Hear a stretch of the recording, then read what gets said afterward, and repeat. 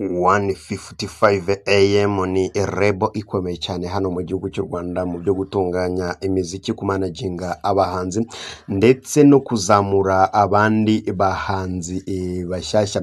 Ni ibintu rero bikomeje kumenyerwa hano mu Rwanda yuko 1:55 AM ari rumwe mu ruganda rwa muzika hano mu Rwanda rutunganya imiziki ku buryo kabuhariwe. Coach Gael rero aherutse kugaragaza ko Bruce Melody byarenze gukorana, ahubwo yabaye umuvandimwe wewe bwite.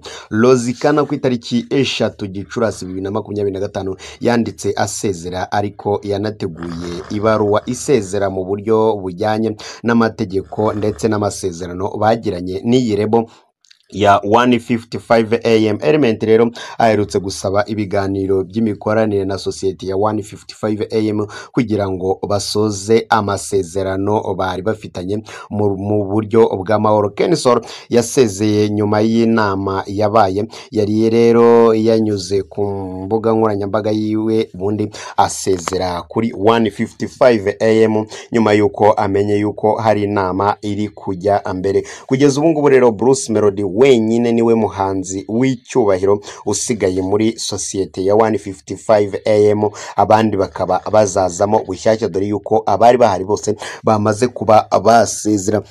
Ni ibintu rero biri kuvugwa muri iyi nzu itunganya ibijyanye n'imiziki rero ngo isigayemo Bruce Melody gusa kuri iyi tariki 3 rero bose niko byamenyekanye yuko n'abatarasezera ariko bafite gahunda yo gusezera vuba na abwangu. Ku itariki 22 Mata 2025 societe y'umuziki ya 1:55 AM yasohoye itangazo yavuzemo rero ku mugaragaro ko itayi wacu Bruce Melody cyangwa se Bruce Melody ikirangirire mu muziki w'u Rwanda rero, kandi ngo ni ikirangirire ni n'umufatanya abikorwa bari kumwe w'icyubahiro ukomeye cyane n'iyi nzu itunganya imiziki. Iryo tangazo rero ryasohotse mu gihe hari hamaze iminsi bavuga ibihuha bigiye bitandukanye yuko iyi rebo igiye gutandukana n'uyu Bruce Melody. Rero mu itangazo ryasinywe na Kenny Mugarura, umuyobozi mukuru wa 1:55 AM Music, iyi rebo rero yavuze ko Bruce Melody ari we muhanzi ugurisha cyane kurusha abandi bose muri iyi rebo bayibarizwamo, kandi rero ko ari n'umufatanyabikorwa w'ingenzi mu rugendo rwo guteza imbere impano y'umuziki nyarwanda.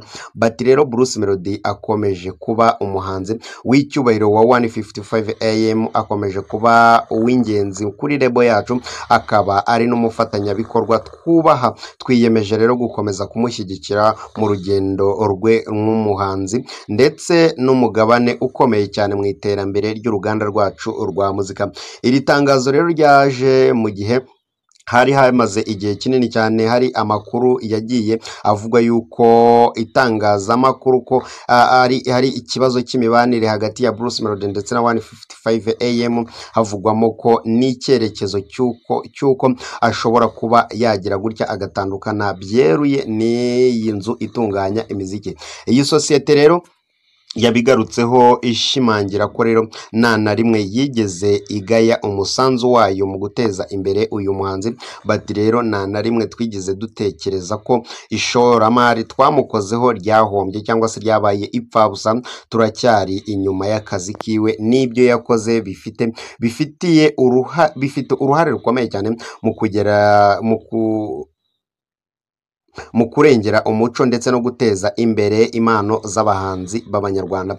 Ku musozo rero w'iri tangazo basohoye muri Mata 1:55 AM, kandi yagaragaje ko iri gukora impinduka zikomeye cyane imbere mu kigo mu rwego rwo kunoza imikoranire ndetse no guteza imbere icyerekezo gishya, ariko rero igasobanura ko rero ibyo bitagamije guheza cyangwa se gutambamira cyangwa se kubuza abahanzi, ahubwo ari inzira yo kongera imbaraga mu mikorere y'iyi rebo, atari ukubangamira abahanzi cyangwa se aba producers. uretse rero kuba ari umuhanzi wabo w'ingenzi, Bruce Melody ni umwe mu bafite umubare munini cyane w'abakunzi hano mu Rwanda no mu karere, akaba ari no mu bakunzwe cyane bake bagiye bagaragaza ubufatanye bwa hafi n'iyi rebo, haba mu bucuruzi, haba ubuhanzi ndetse no mu rwego mpuzamahanga muri rusange yagiye afatanya n'iyi rebo. Ibi rero bishimangira ko kugeza ubu ngubu 155am ikomeje kumufata nk'umwe mu bahanzi b'icyubahiro kandi rwose ngo bayifitiye umumaro ndetse n'icyizere gikomeye cyane cy'igihe kirekire. Iri tangazo rero ryahaga rugari abashaka gusezera muri 155am kugira ngo ritazababangamira ndetse n'ushaka kugenda agende byoroshye. 155am rero yanagaragaje ko yubaha ubwisanzure bw'abahanzi mu byerekezo bafata ku masezerano baba baragiranye. Yagize ati rero nta gihe na kimwe twigeze dushyiraho igitutu ku muhanzi cyangwa se ku muproducer ngo yongere amasezerano. Umuhanzi wese utagishaka gukorana cyangwa se gukorera muri rebo yacu afite uburenganzira kandi agomba guhabwa uburenganzira bwo kuva muri rebo bwumvikana mu buryo bwumvikanyweho ndetse bujyanye n'amahoro. Ibi rero byari bisobanuye ko rero igihe Bruce Melody agikomeye muri iyi sosiyete, abandi bahanzi bafite uburenganzira busesuye bwo gufata icyerekezo ndetse n'icyemezo icyo ari cyo cyose bashaka, nta gitutu bashyizeho.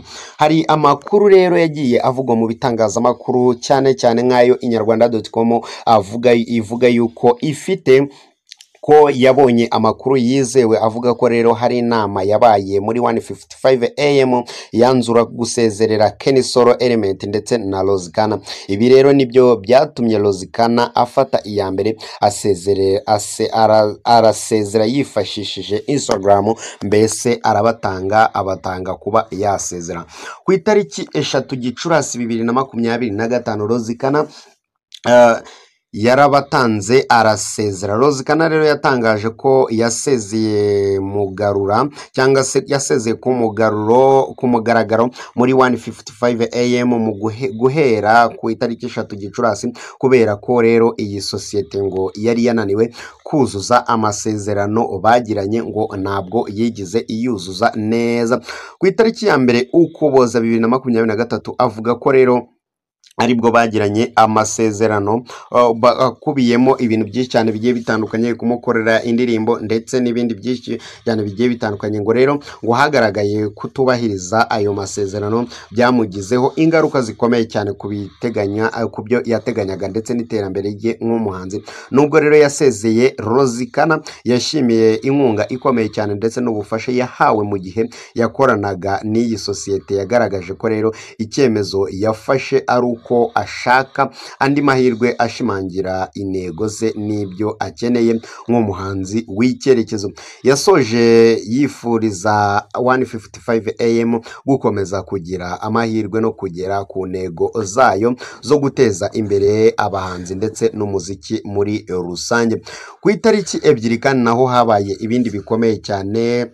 Ubwo ni ku itariki 2 Kamena 2025 Kenny Solo nawe yasezeye muri 155am. Ku mugoroba rero wo kuri uyu wa kabiri tariki ya 2 Kamena 2025 Kenny Solo yatangaje ko rero yatandukanye na sosiyete ya 155am nyuma y'umwaka n'amezi agera kuri 3 yarashize bakorana mu bikorwa byari bigamije guteza imbere urugendo rw'umuziki we ndetse no guteza imbere umuziki nyarwanda muri rusange.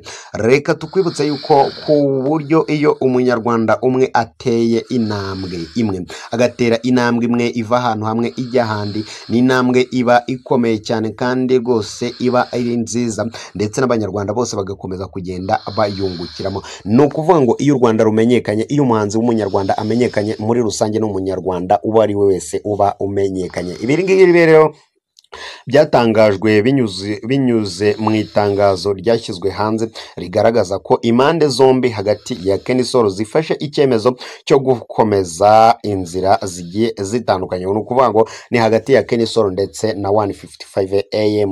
Mu itangazo rero ryasohowe rigira riti 155am n'umuhanzi Kenny Solo batangaje ko guhera tariki ya 2 Kamena 2025 bumvikanye gutandukana mu mahoro ko bagiye gukomeza inzira zitandukanye z'ubuhanzi. Bakomeje bavuga ko rero nk'igisobanuro cy'urugendo rukomeye cyane bagiranye mu guhanga umuziki, bahisemo rero gusohora indirimbo yabo ya nyuma bahuriyemo bise Deja Vu.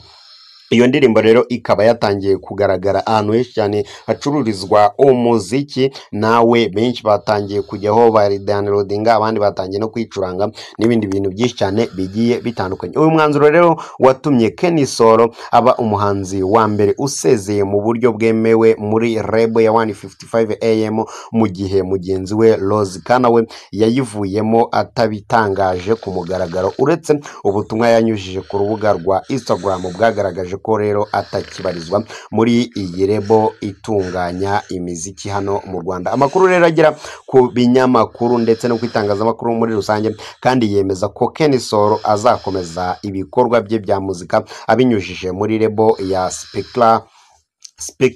Spectacular, aho ngaho rero akaba nayo ari rebo ikomeye cyane kandi iri muzizwe hano mu Rwanda. Iminsi rero imaze iminsi imufasha mu bijyanye n'imenyekanisha ndetse n'imicungire y'umwuga we, kandi ari nayo yagaragaye mu itangazo ryashyizwe hanze ubu ngubu yasezera kuri 155 AM. Bruce Melody rero niwe usigaye gusa muri 155 AM nk'uko twaje kubikubwira mu ntangiriro z'iki kiganiro. Nubwo rero Element akibarizwa muri 155 AM, amasezerano ye amuvuga nka producer, ntabwo amuvuga nk'umuhanzi. Amasezerano ye rero azarangira muri Mutarama mu mwaka w'2026, ariko amakuru yizewe avuga ko rero aherutse kwandikira ubuyobozi bwa 155 AM abasaba ibiganiro bijyanye n'imikoranire bafitanye kugira ngo barebere hamwe icyo gukora ndetse n'icyo guhindura. Kenny Solo rero nawe wari usigaye muri iyi rebo yasohoye itangazo rivuga yuko rwose atakibarizwamo. Yavuze ko rero batandukanye mu mahoro akomeye cyane. Uwo ni Kenny Solo. Hari abandi bahanzi rero ndetse n'abaririmbyi bivuga ko muri iyi sosiyete hasigayemo Bruce Melody nk'umuririmbyi, abandi barimo ni aba producer. Element nawe witegura kuba yasezera ndetse na Compressor nawe yumva yasezera. Hari amashusho rero ko Kigayeri aherutse gushyira hanze ari kumwe na Bruce Melody amugaragaza nk'umuvandimwe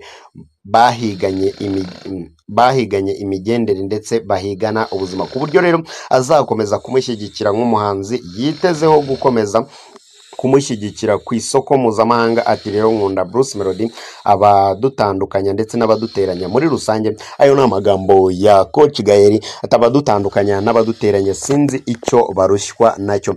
Mu mishinga rero ya vuba Bruce Melody ahanze amaso harimo indirimbo yakoranye na Ray G wo mu gihugu cya Uganda, ndetse n'indirimbo yakoranye na Diamond Platnumz yitwa Popom. Iyo ndirimbo twaje kuba twanayikubwiraho n'ibikubiye muri yo, dore yuko ari indirimbo ihenze cyane, ari indirimbo yahenze iyi rebo, ari indirimbo yahenze Bruce Melody, ari indirimbo yahenze rwose hano mu Rwanda, dore yuko kugeza ubu ngubu imaze gutwara akayabo ka miliyoni 100 z'amanyarwanda. Indirimbo imwe yakorewe amashusho, ikorerwa audio, ikorerwa ibiki, ikorerwa na biki, rwose n'indirimbo igezweho hano mu Rwanda, iri mu zigezweho za mbere, dore yuko ari indirimbo iri international. Ndetse na Bruce Melody ubwe yabigarutseho avuga yuko iyi indirimbo ari indirimbo y'ikinyejana, ni indirimbo izaba indirimbo y'umwaka, ikaba indirimbo yo mu karere, dore yuko n'ubundi yayihuriyemo n'icyamamare gikomeye cyane.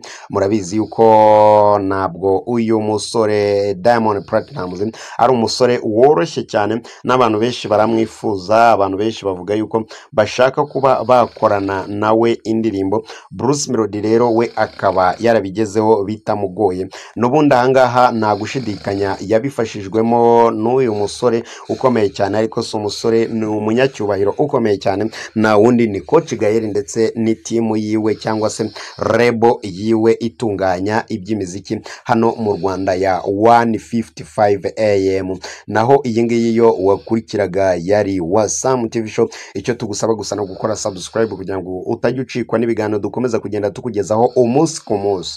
Iyi ni Wasam TV Show, ugire ibihe byiza.